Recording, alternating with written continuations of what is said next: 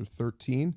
We're investigating the life of Abraham, and here we see in verse 1, Abraham went up from Egypt, and he and his wife and all that he had, and Lot with him into the Negeb. So Lot is his nephew, and as you read this, you're going to see that both Abraham and his nephew are very rich. They're very wealthy. They have tons of cattle and sheep and herds and flocks. That's how they measured wealth back then. I'll let you read this for yourself. But what I want you to notice is that Abraham allows Lot to choose the land that he wants. And then Abraham takes the leftover land, and we see that Abraham then settles in the land of Canaan again. So Canaan is part of the promised land. Remember that whenever you see the word Canaan in these passages.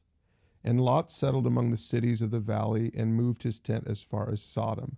Now that probably sounds familiar. We'll get to that in a future reading. But I wanted you to see this in Genesis 13.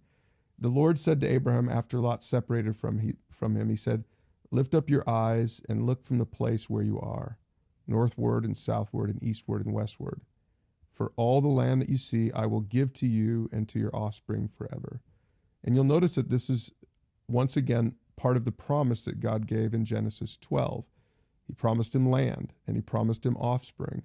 He said, "I will make your offspring as the dust of the earth, so that if one could count the dust of the earth, your offspring could also be counted." And so he says, "Get up and walk through the length and the breadth of the land, for I will give it to you." And you'll notice again and again, God reiterates his promise from Genesis 12 to Abraham. So you're ready to read this? Journal on it. We'll see you tomorrow for chapter 14.